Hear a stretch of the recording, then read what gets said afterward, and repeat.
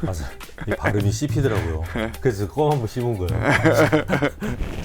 그럼 그 시간 관리를 할 수 있는 어떤 핵심적인 요소라면 어떤 것이 있을까요? 뒤에 슬라이드를 보니까 피터 드러커, 경영학의 아버지신가? 네. 하여튼 예, 그런 분이 말씀이 나오셨어요. 자기경영 노트에 피터 드러커가 이런 말을 했죠. 측정할 수 없으면 관리할 수 없고 관리할 수 없으면 계산할 수 없다. 그래서 우리 아이들이 자기의 시간을 제대로 알지 못하면 이거조차 관리할 수 없고요. 관리가 안 되는데 어떻게 개선 발전시킬 수 있겠습니까? 그래서 먼저 그 시발점은 자기의 시간을 알아가는 것. 그래서 측정이 되면 충분히 관리할 수 있고 관리가 되면 거기에 맞춰서 개선 발전시킬 수 있는 거죠. 그래서 제가 이 168 플래너의 가장 기본 원칙을 여기에 세워서 아이들한테 작성하고 세우게 만들고 있습니다. 측정하고 뭐 관리하고 관리해서 개선하자 이건데 좀 더 세부적으로 말씀해 주신다면 네. 어떤 내용이 있을까요? 뒷부분에 이제 가면은 네. 시간 관리의 중요도와 긴급도에 맞춰서 네. 설명드릴 거거든요. 네. 그래서 우선은 시간 관리 5가지 법칙은 첫 번째 시간을 기록해야 돼요. 머리로만 생각하는 것들이 아니라 직접 기록을 해보는 거. 이게 가장 중요한 첫 번째 원칙이고요. 두 번째, 시간을 한정해서 사용해야죠. 마감 시간이 언젠지, 내가 1시간 할 건지 2시간 할 건지 시간을 정해놓고, 그리고 세 번째는 시간을 포기할 수 있어야 되죠. 아까 제가 말씀드렸듯이 어떤 것들이 더 우선순위가 있는 건지, 어떤 것들이 중요하고 급한 건지, 그래서 내가 중요하거나 급하지 않은 것들은 포기하고 우선 중요하고 급한 것부터 먼저 하는 이런 것들. 그 다음에 네 번째, 시간을 통합해서 사용할 줄 아는 것. 하루하루 데일리 플래너도 굉장히 중요하지만 저는 위클리 플래너를 선호하는 이유 중에 하나가, 예를 들어서 주말에 집에서 놀러 갈 수도 있잖아요. 그러면은 주말에 놀러 갈 계획이 있으면은 내가 주말에 해야 될 것들을 미리 하거나 또는 그 다음 주에 한다라는 이런 어떤 예산을 미리미리 세울 수 있기 때문에 시간을 통합해서 사용할 수 있는 그런 부분들이 필요하고요. 마지막 다섯 번째, 시간의 우선순위를 정하는 것들. 그래서 공부하면서 어떤 것들이 급하고 중요한 건지, 그래서 이런 어떤 습관들을 들여다보면 자연스럽게 내가 더 중요하고 급한 것부터 먼저 하게 되는 그런 습관이 잡히게 되는 거죠. 다른 거는 직관적으로 알겠습니다. 기록한다. 그리고 한정한다. 이 시간을 정확히 측정할 것들, 측정했던 것들을 적용한다는 말씀이신 것 같고, 그다음 포기한다. 우선순위를 정해서 후순위 거를 좀 늦추고 시간을 줄이거나 이렇게 한다는 말씀이신데, 통합한다라는 게 무슨 말씀인지 참 이해가 어려웠거든요. 참 글씨만 보고는. 네네네. 근데 이번 주에 뭐 놀러 간다. 그러면 다음 주에 여가 시간을 땡겨 쓴 거니까, 그러면 다음 주, 이번 주에 공부해야 될 분량을 다음 주로 이월한다거나 이렇게 이제 바꾸는 거 같아요. 그렇죠. 유연성 있게 아이들이 시간을 조율할 수 있게끔. 근데 이게 좀 저항이 있겠습니다. 엄마 가족 모임 말고 나 혼자 쉬고 싶은데 왜 자꾸 가족 여행을 가려고 그래? 나 혼자 쉴 거야. 그런 저항이 있을 수 있겠습니다. 자, 그러면 이렇게 하는 그 플래너 방법을 좀 더 구체적으로 좀 알고 싶은데요. 구체적으로는 어떤 방법을 통해서 학생들이 플래너를 작성할 수 있을까? 이게 요즘 친구들이 플래너 작성을 진짜 어려워해요. 맞아요. 예, 좀 단순하게 해주실 수는 없으실까 싶습니다. 그래서 제가 이제 본인의 시간을 알기 위해서는 제가 이렇게 시간을 중요도와 긴급도로 이렇게 나눠서 설명을 하거든요. 그래서 우리 학생들 입장에서 보면은 중요하면서 급한 게, 이걸 우리가 고정 시간이라고 제가 명명을 했어요. 그 고정 시간은 학교 수업과 학원 수업이죠. 학교 안 갈 수 없고 학원 안 갈 수 없으니까 이거는 아이가 꼭 해야 되는 거. 그래서 중요하면서 급한 게 이 고정 시간이고요. 그 다음에 중요하지만 그리 급하지 않은 거, 뭐 숙제하거나 예습하거나 복습하거나 독서하고 인강하는 거, 이런 부분들은 중요는 하지만 고정 시간에 비해서 그렇게 급하진 않다라는 거. 중요하진 않지만 급한 거, 우리 먹고 자고 하는 생활 시간들 있죠. 이런 부분들은 중요하진 않지만 배고프면 먹어야 되고 또 일정한 시간 수면을 해야 되고, 그리고 중요하지도 급하지도 않은 시간들, 여가 시간 TV 보고 게임하고 SNS하고 휴대폰 하는 시간들. 그래서 이렇게 아이들한테 먼저 본인의 시간에 대한 구분들, 그래서 어떤 시간들이 고정 시간이고 어떤 시간이 주도 시간이고 어떤 시간이 생활 시간이고 어떤 시간이 여가 시간이다라는 거, 이 구분을 먼저 명확하게 인식시켜 주는 게 필요합니다. 그래서 우선순위를 분명히 정하기 위해서 이렇게 그 4분면을 만드셨군요. 근데 또 여기서 네. 중요한 또 팩트가 하나 있어요, 진리가. 고정 시간이 제가 중요하면서 급하다고 말씀드렸잖아요. 네. 근데 이 고정 시간의 퀄리티, 이 고정 시간의 질은 무엇가 결정하냐면, 대표님 뭐가 결정할 것 같아요? 이 고정 시간의 질은. 강사의 수준. 네. 이 고정 시간의 질은 네. 주도 시간이 결정합니다. 주도 좀 더- 시간이 결정한다는 게 무슨 조금 더 말씀이시죠? 쉬운 말로 제가 말씀드릴게요. 네. 학교 수업에 대한 질, 퀄리티가 높아지려면 아이가 예습. 그렇죠. 아하. 학원 수업에 대한 퀄리티가 높아지려면 예습? 숙제, 틀렸네요. 네, 예습도 물론 중요하고. 네네네. 그래서 이 고정 시간의 퀄리티는 주도 시간이 결정한다는 거. 아, A를 서포트하는 거는 B다. 그렇죠. 네, A와 B는 우선순위를 논할 수 없을 정도지만 네.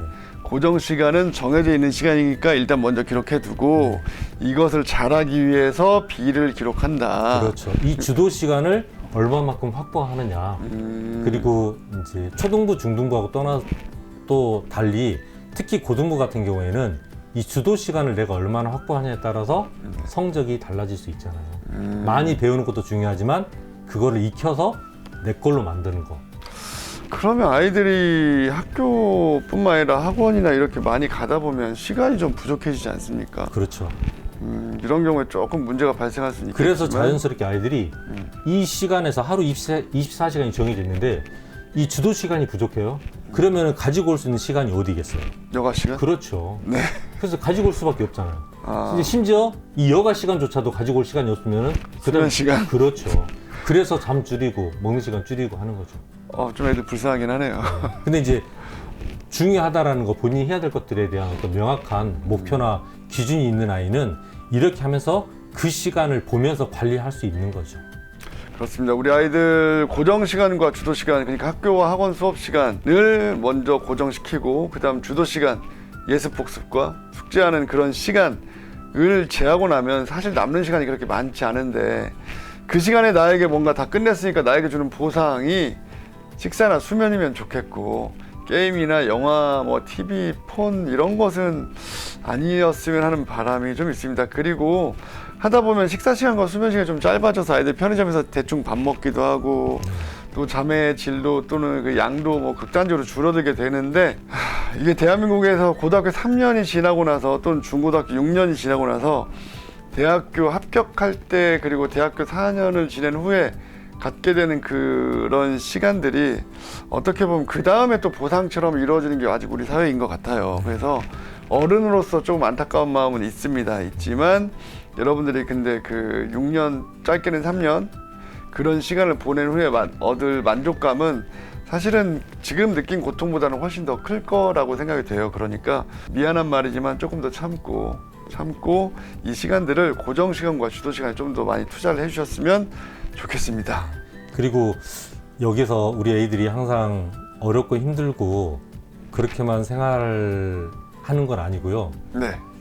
진짜로 이 주도 시간을 확보하기 위해서 아이들이 어떤 아이들은 학교에서 쉬는 시간에도 공부하기도 하고 어떤 아이들은 점심 시간에도 공부하기도 하거든요. 그거 당연한 거 아닙니까? 네. 근데 이제 그런 애들한테 물어보면 네.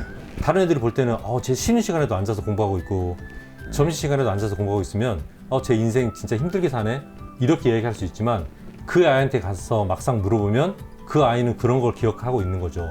이따 저녁에 내가 하루를 평가할 때 느끼는 뿌듯함이나 성취감을 기억하고 있기 때문에 그 작은 성공 경험을 기억하고 있기 때문에 그 쉬는 시간에도 점심시간에도 앉아서 버틸 수 있는 그 엉덩이 힘이 길러지는 거죠.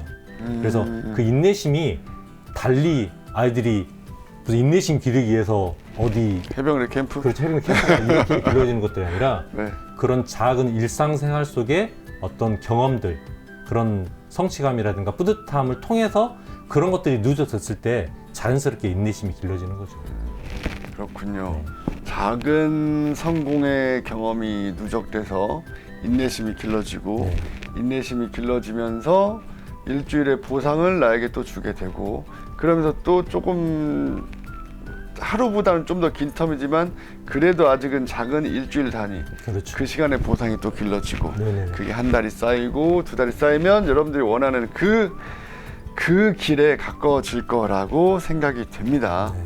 자, 근데 그 다음 페이지는 약간 이해가 안 됩니다. 시간을 설계하라.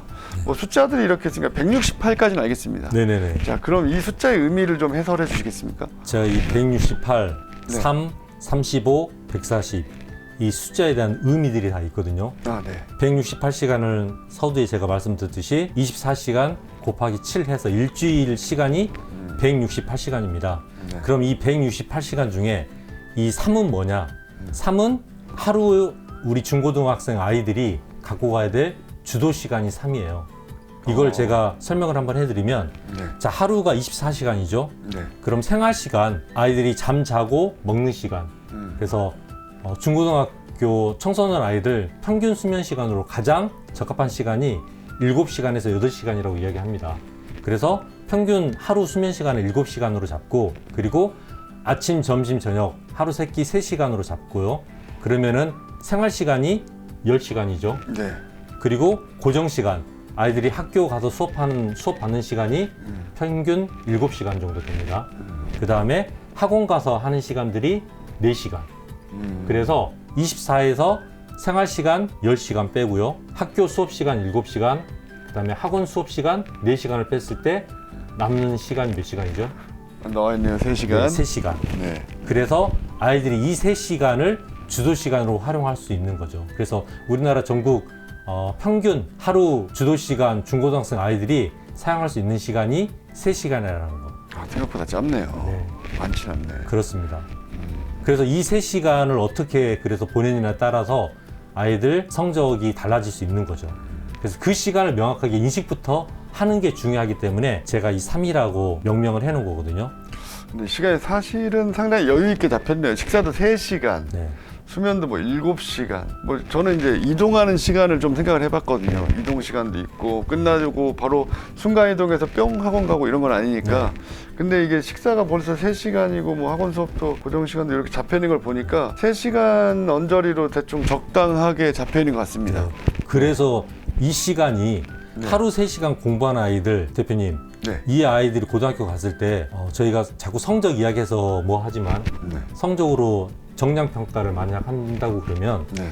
하루에 3시간 공부했던 아이들 등급이 몇 등급 정도 나올 것 같아요? 하루 3시간이면 한 3등급? 그렇죠. 그쯤 되지 않겠습니까? 네. 2, 3등급 정도 수준이 3시간입니다. 아. 그럼 내가 고등부는 네. 주도 시간이 명확하게 등급에 따라 나와 있어요. 솔직한 이야기로. 아, 그래요? 1등급은 1등급만큼의 공부량이 있고요. 2등급은 2등급만큼의 공부량이 있습니다. 이 하루 3시간 이 공부량은 이것도 말 그대로 고정 시간을 뺀 주도 시간이 3시간이라는 말씀이에요. 근데 이 3시간이 확보됐을 때 고등부 아이들이 갖고 갈 수 있는 등급은 2에서 3등급 정도 수준입니다. 이게 근데 일반고에서도 그런 건가요? 아니면 학군지에서도 이게 통용이 되는 법칙인가요? 그렇죠. 학군지에서도 어느 정도 일반고 어느 정도에서는 다 통용이 되는 그 정도 수치고요. 네. 물론 자사고 특목고 이런 데에서는 약간 조금 다를 수가 있겠죠. 아이들 공부하는 양이 좀 틀리니까. 아니 대치동 애들도 이 정도 공부를 하면 3등급이 그러니까 지금 9등급 중에 3등급을 말씀하신 거잖아요. 그렇죠. 와, 그럼 5등급 중에는 보통 2등급 정도가 나오는 수치가 대치동에서도 이 정도란 말씀이세요? 네, 맞습니다. 아, 그럼 학원 수업을 열심히 듣고 자기 공부를 열심히 3시간 정도 한다면 네. 식사도 천천히 꼭꼭 씹어 먹고 잠도 7시간 자고 해도 네. 2등급은 나올 수 있는 가능성이 크다. 그러면 사실은 이 시간마저도 아이들이 집중을 안 하거나 이것도 좀 안 지키고 오히려 학원만 왔다 갔다 하는 그런 케이스가 더 많다는 말씀이세요? 그렇죠. 그래서 우선은 아이들이 고등부 공부는 공부에 자기화가 이루어져야지 저는 등급이 나온다고 이야기를 하거든요. 네. 그 자기화는 뭐냐면 아이가 이해했으면 정리하죠. 정리했으면 암기가 되죠. 암기까지는 2등급, 3등급이에요. 그러면 1등급이 되려면 공부의 자기화 과정, 응용이라든가 심화라든가 활용까지 마스터해서 어떤 문제, 어떤 유형이 나오더라도 해결할 수 있는 그런 영역. 그래서 제가 아이들 자전거 타기에 많이 비유를 하는데 자전거 탈 때도 아이들이 맨 처음에 뒤에서 선생님이나 아빠가 뒤에 잡아주잖아요. 자, 넘어지지 않게 페달 열심히 밟고 균형 잡아. 이렇게 방법은 가르쳐 주지만 그 아이가 균형을 잡으려면 본인이 열심히 혼자 타봐야지 자전거를 탈 수 있는 균형감이 잡히는 거예요. 넘어져서 무릎이 깨졌다고 그 다음부터 자전거 안 타면 균형감은 영원히 갖고 갈 수 없는 거고, 넘어져도 다시 일어나서 열심히 탔을 때 그 균형감이 생기는 거거든요. 그래서 공부도 배우는 것도 물론 중요하지만 혼자 공부하는 시간 확보해서 자기 걸로 만드는 것들, 이런 부분들이 너무나 중요하다고 저는 보고 있는 거예요.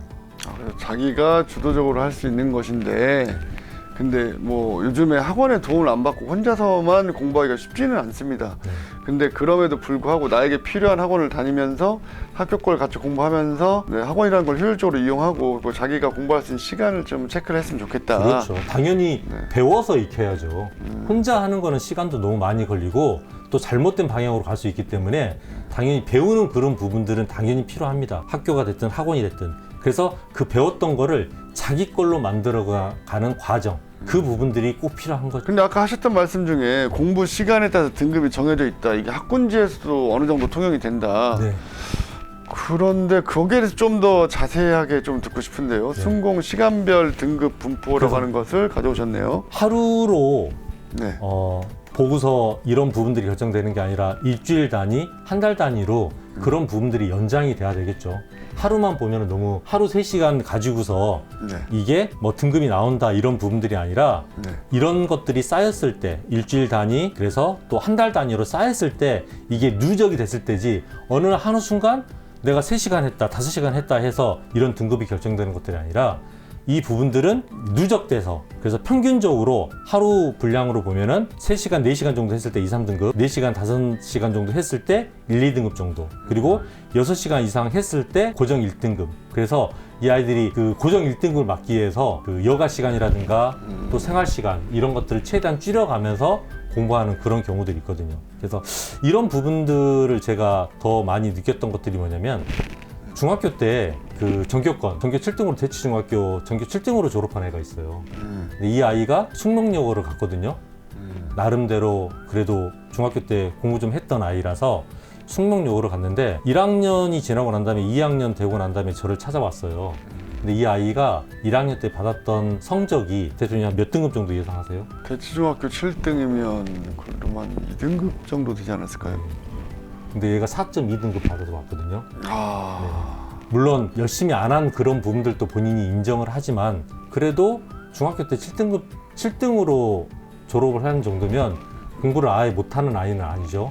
근데 이런 아이가 고등학교 갔을 때 받을 수 있는 그런 등급이 쉽지 않다는 거죠. 그만큼 어떤 공부 시간을 확보하지 않고서 등급 내기가 쉽지 않다는 겁니다. 내가 아까 A, B, C, D 중에 네.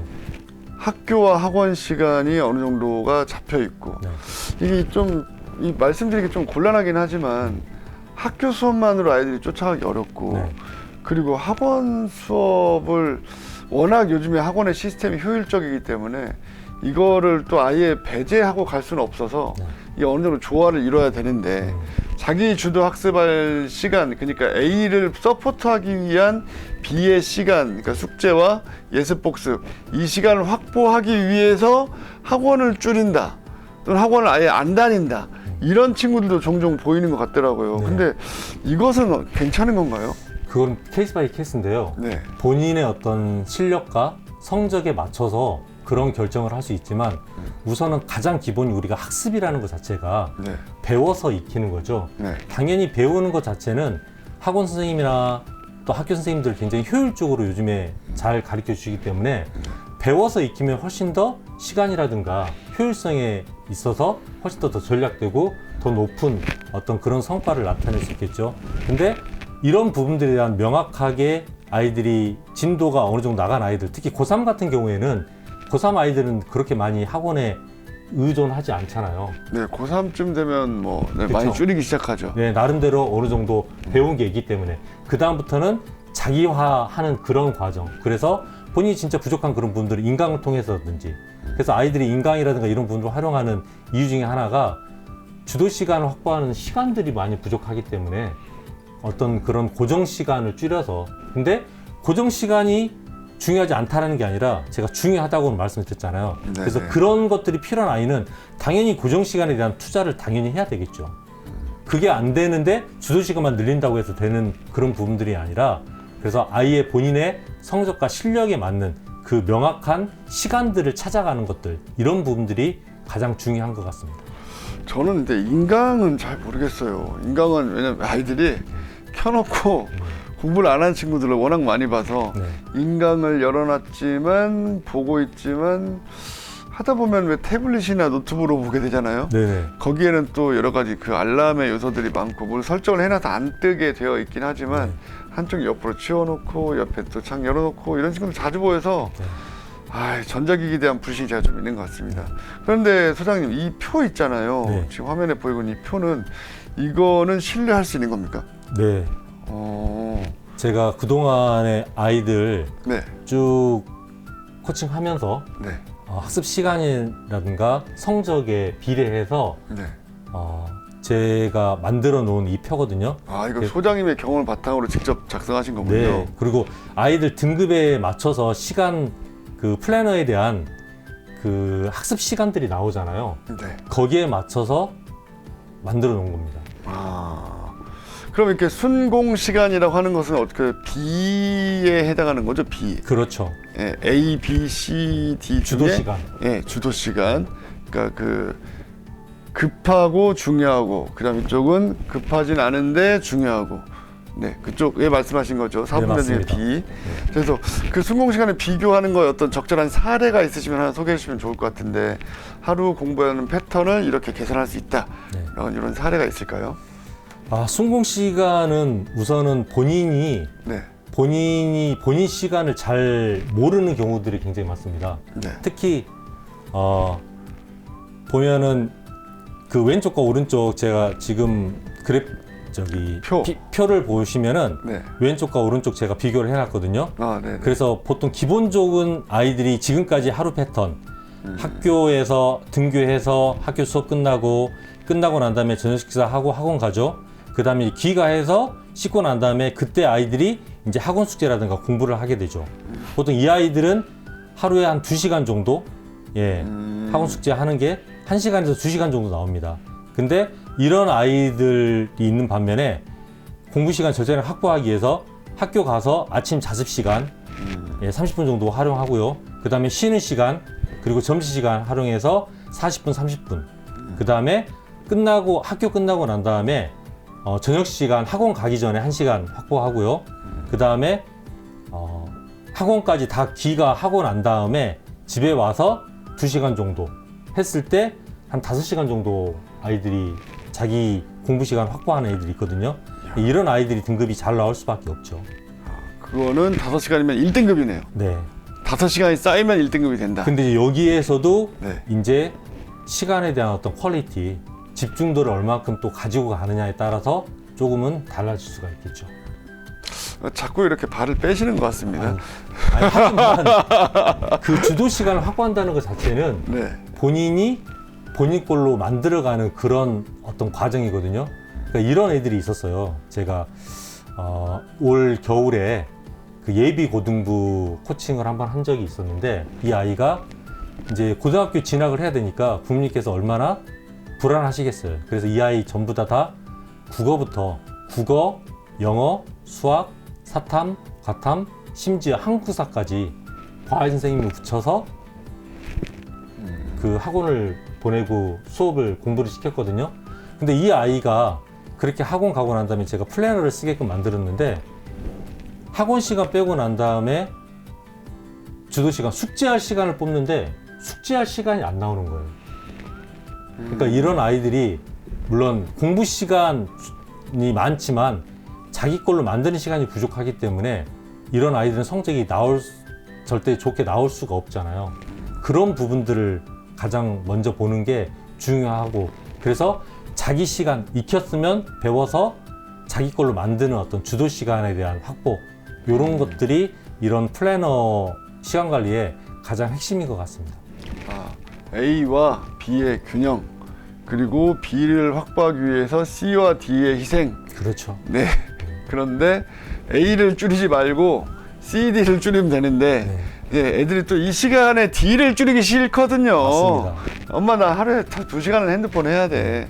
그래? 그러면 일단 2시간 해봐라. 네.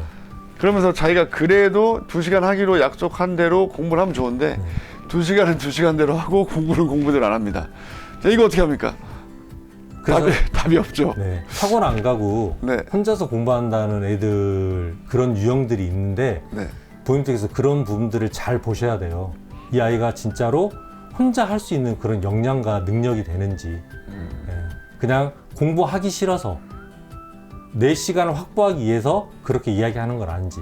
그래서 가장 기본은 고정 시간이 중요하지만 이 고정 시간의 퀄리티를 결정하는 게 주도 시간이기 때문에 그 고정 시간과 주도 시간에 적절한 조화를 이루어서 아이의 어떤 패턴에 맞게끔 맞춰가는 게 가장 중요한 포인트라고 이야기할 수 있겠습니다. 요즘에 아이들이 스스로 그게 안 되니까 시간 관리해주는 학원과 뭐 그다음 관리형 뭐 독서실 이런 것들이 많이 있지 않습니까? 네네네.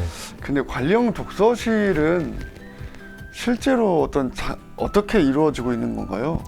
관리형 독서실 같은 경우에는 심지어 이런 요즘에는 그 AI 기술이 많이 발달하다 보니까 심지어 이런 관리형 독서실도 있습니다.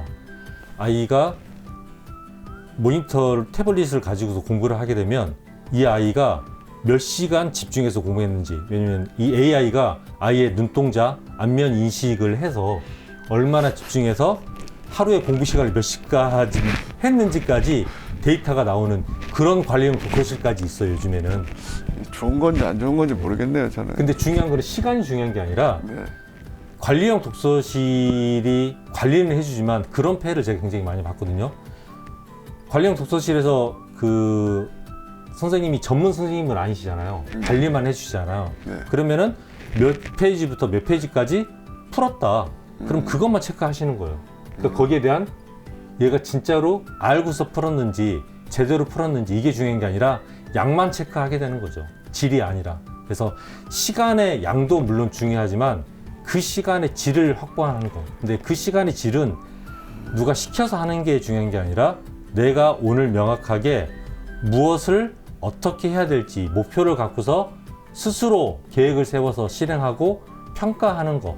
이게 그래서 저는 그런 관리형 독서실도 물론 중요하지만 본인이 직접 계획하고 실행하고 평가하는 스스로 공부하는 이런 습관, 플래너를 가지고서 그렇게 하는 게 너무 중요하다고 생각을 합니다. 그럼 플래너를 짤 때도 우리가 그럼 시간을 기준으로 짜는 건가요? 아니면 내가 해야 될 일을 가지고 하나하나 짜는 건지. 그다음 그 슬라이드를 보니까 시간 중심과 과업 중심이라는 것을 비교하셨습니다. 근데 지금까지 말씀하신 게 애매합니다. 시간 중심인가요? 과업 중심인가요? 둘 다 중요하죠. 아, 둘 다요? 네. 시간 중심으로만 해서도 안 되고 네. 과업 중심으로만 해서도 안 됩니다. 왜냐면 1시간 공부하겠다 하는 것도 물론 중요하지만 그럼 그 1시간 동안에 영어 단어를 50개 외우는 아이가 있고 영어 단어를 10개만 외우는 아이가 있잖아요. 그래서 명확하게 내가 1시간 동안 영어 단어 50개 외우기, 1시간 동안 수학 문제 10문제 풀기, 이렇게 과업과 시간을 같이 목표 잡는 게 가장 중요합니다. 그랬을 때 아이가 조금 더 집중할 수 있고 시간을 효율적으로 사용할 수 있는 거죠. 정말 이게 근데 플래너 하나 쓰는 게 네. 저희가 학교 다닐 때를 생각해 보면 내가 한 시간에 할 수 있는 공부의 양이 얼만큼인지를 알아가는 과정이 한 달이 넘게 걸렸거든요. 네. 근데 한 시간 동안 수학 문제집을 푼다면 몇 페이지를 풀 수 있는지, 영어 단어를 외운다면 몇 개를 외울 수 있는지, 이거를 체크를 매번 연습장에 매일매일 체크를 해보면서 제 시간표를 매일매일 수정한 끝에 한 달이 좀 넘게 걸려서 제 시간표를 짤 수가 있는 사람이 되더라고요. 네. 그래서 그 마지막 페이지에 이렇게 말씀하신 것 같아요. 생각대로 살지 않으면 사는 대로 생각하게 된다. 맞습니다. 네. 저는 잘 살았던 것 같습니다. 저도 이 말을 항상 생각하면서 살고 있거든요. 그러니까 내가 생각대로 살지 않으면 사는 대로 생각하게 된다는 이 말이 내가 계획대로 살지 않으면 그냥 사는 게 계획인 거죠. 이렇게 그냥 아무렇지 않게 살아도 그냥 사라지는 거기 때문에 그냥 아무 생각 없이 목표 없이 살게 되는데 내가 명확한 목표와 계획을 세워서 살게 되면 거기에 어느 정도 또 틀을 맞춰서 내가 하게 되고 그러면서 나름대로 어떤 성과를 냈을 때 어떤 경험치를 가지고 삶을 개선시켜 나갈 수 있다고 생각을 합니다. 방금 하신 말씀은 우리 학생뿐만 아니라 어른들에게도 상당히 울림이 있는 말씀이시네요. 내가 생각을 하면서 내가 닥치는 대로 하루를 살고 있지는 않은가 하는 반성을 하면서 오늘 좋은 말씀 해주신 최세인 소장님께 학습법 전문가 최세현 소장님께 감사 인사 전하겠습니다. 감사합니다. 네, 고맙습니다. 자, 그리고 아시겠지만 그 요즘에 욕이 아닙니다. 조태꾸알이라고 아십니까? 네, 조태꾸알 아세요? 아직 몰라요. 좋아요, 네. 댓글, 구독, 알람 설정. 네, 욕이 아닙니다, 이게. 네, 자, 그럼 알겠습니다. 다 같이 하나 둘 셋 하면 조태꾸알 하고 흔들어 보겠습니다. 네. 자, 하나 둘 셋. 조태꾸알.